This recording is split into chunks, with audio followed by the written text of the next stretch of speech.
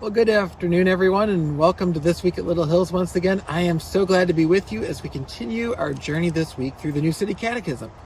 This week we're looking at question 9. Question 9 asks, what does God require in the first, second, and third commandments? And here's what it says that sums up those first 3 commandments. First, that we know and trust God as the only true and living God.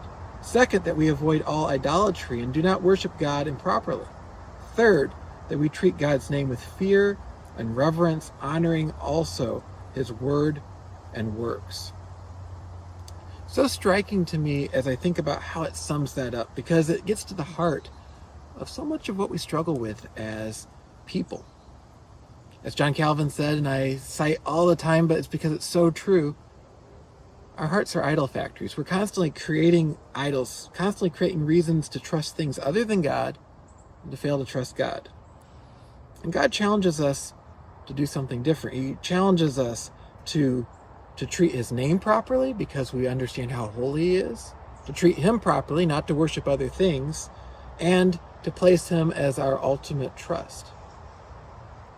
Think about the whole story of Scripture. What do we see over and over again? We see people struggling to do that.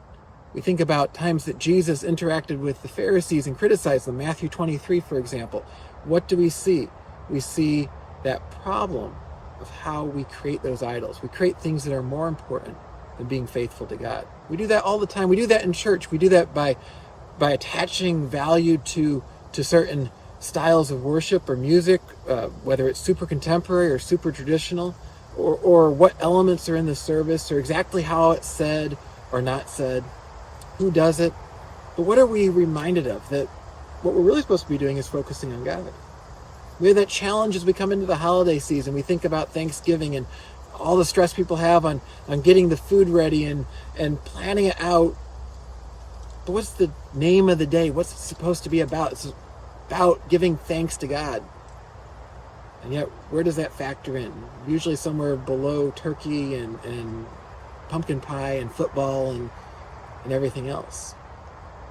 We're going to have that challenge once again as we go into Advent and the Christmas season, because what time should we be more focused on being thankful to God than when we focus on him coming into the world to rescue us? And yet, what do we get ourselves focused on instead? And when we're focusing on other things instead, it really comes down to maybe not overtly, I'm going and worshiping this idol, I'm going and worshiping a different God very explicitly. That's what we're doing. So we need to challenge each other to think about how instead do I focus on trusting God in everyday life, showing honor and worship and love to God by putting him first.